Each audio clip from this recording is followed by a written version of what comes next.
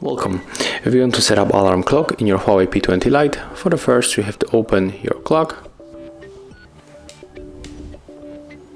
And here we get the two alarms, the default alarms, so we can activate one of them and we can enter here to customize one of them.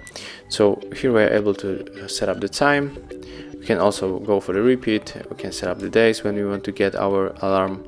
We can of course change the sound. So we can also pick up the music from your device. You can add the vibrate. You can also read the label. Change the label. And very important, there's the ring duration. And also the snooze duration. So there is one of the most important thing. So I recommend you set it up like that. And after all the customizing, you have to click on the right upper corner and just confirm your alarm. So that's how it looks. Thank you guys for watching. Leave thumbs ups, comments and subscribe to our channel.